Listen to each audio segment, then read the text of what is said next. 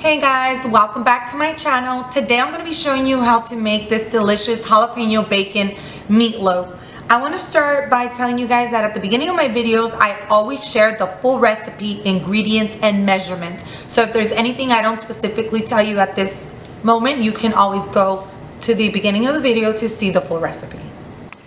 So this is 3 pounds of ground beef. I have breadcrumbs, chicken broth, olive oil, pepper, salt, and this all-purpose Goya seasoning that I highly recommend, minced garlic, cumin, bacon, cream cheese, Parmesan cheese, mozzarella cheese, fresh chopped up parsley, jalapenos, chopped up mushrooms, eggs, red peppers chopped up.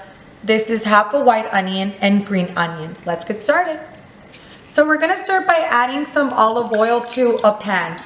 And after you add some olive oil, we are going to start cooking our vegetables. So we're going to start by adding our finely chopped up 4 jalapenos. And we're going to saute them for 2 minutes. Now we're going to go ahead and add half of our white onion. This is 1 cup of white onion. And now we're going to go ahead and add our bell pepper, our red bell pepper. And we're also going to saute that with the vegetables for about 2 more minutes. We're also going to add our finely chopped up mushrooms. Mix that very good. After sauteing the veggies, we're also going to go ahead and add our batch of green onions. And we're going to mix that as well. And saute. We're going to go ahead and add a good tablespoon of minced garlic, and we're going to go ahead and mix it with our veggies and saute.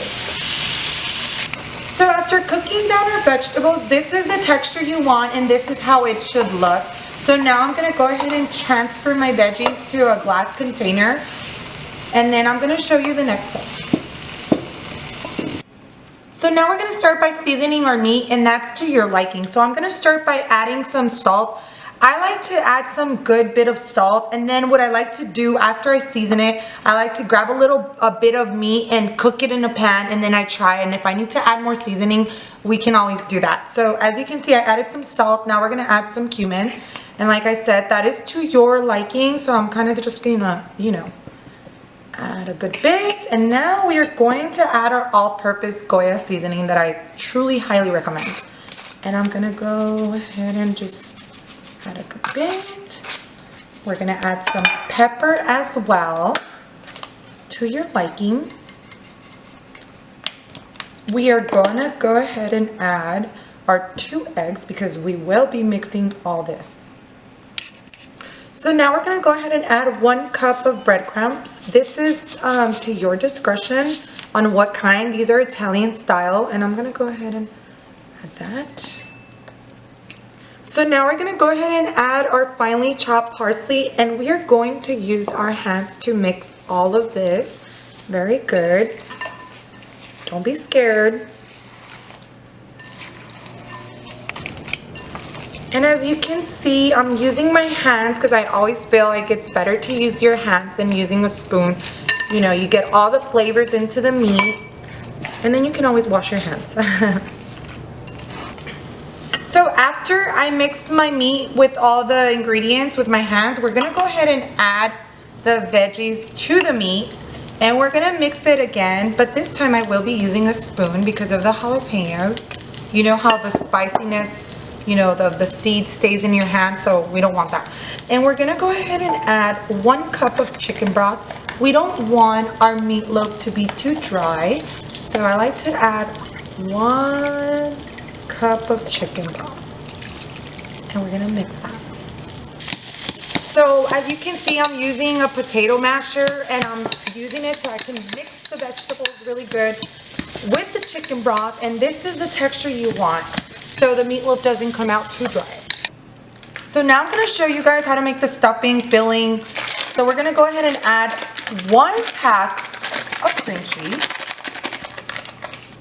So I added 2 cups of mozzarella cheese. We're going to go ahead and add 1 of these containers of Parmesan cheese. And we're gonna go ahead and mix that very good.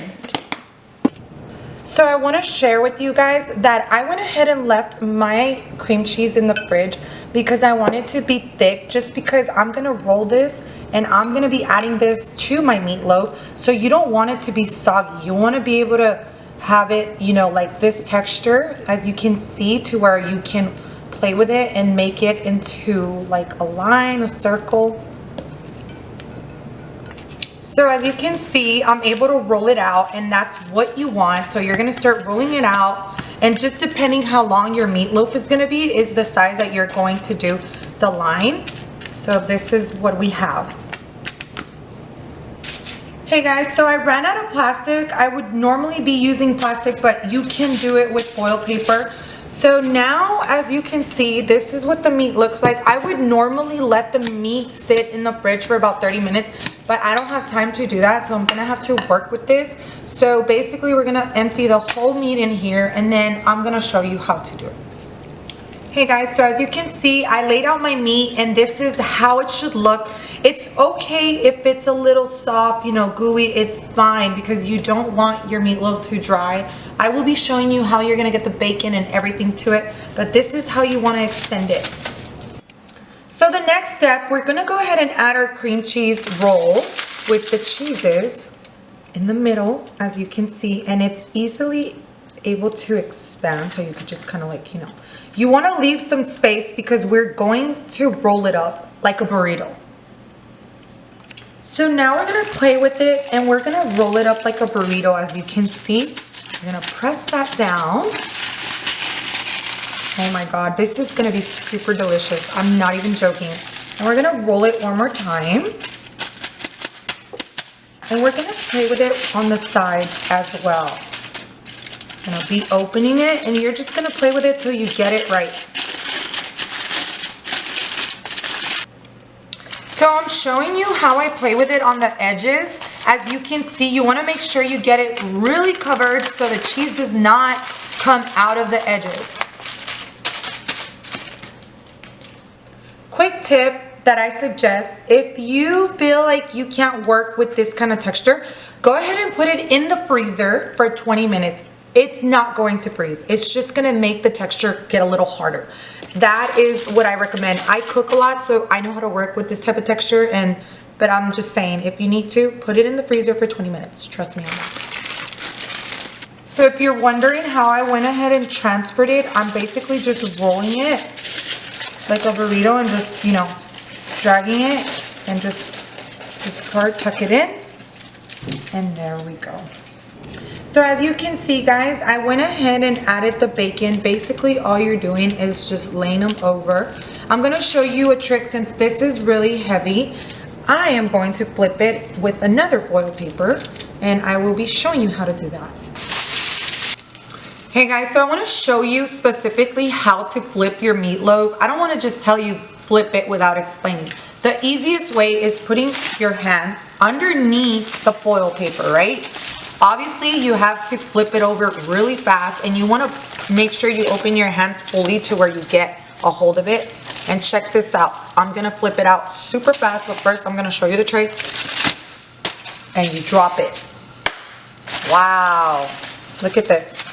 So now, that's how you start tucking it in, and I'm about to show you guys so that way y'all don't struggle. You're going to pull them, and then you get to fix it again and round it up. But this is how we're going to do it. And also, I forgot to mention to you guys that before baking, you're going to wrap the foil paper around it like a burrito. You're gonna cover it with foil paper, and I am about to show you guys that. So I'm gonna share with you guys something and be very, very specific so you understand. So after we wrap the meatloaf, right, it's wrapped with the bacon. Understand something. The minute you put it in the oven for 375, the oven is obviously really hot. And what happens to the bacon when it bakes? It gets crispy, right? So what's gonna happen, it's gonna start opening from both sides. That's part of the reason we are supposed to wrap it when we bake it with the foil paper for an hour. So I'm gonna grab the same foil paper that I used for the tray, And we're gonna take it fully out and check this part out. You're literally gonna roll it like a burrito. Listen, just like this.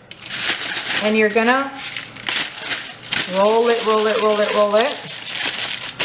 And make sure this part, I wanna share with you specifically how to do it. So nothing comes out. You wanna get the bottom part and tuck it in, and roll it like a burrito. So now we're gonna go ahead and bake it for 375 for 1 hour. It's fully cooked, but I do like my bacon to be a little crispy, so I'm gonna go ahead and put it in the oven after I remove the foil paper for 10 more minutes, and we're gonna go ahead and put it on the top part of the oven so you can get your bacon to be a little more crispy. Hey guys, so I finally took it out of the oven, and as you can see, these are the results. I hope you guys enjoyed this delicious recipe. Please don't forget to subscribe for more delicious recipes like these.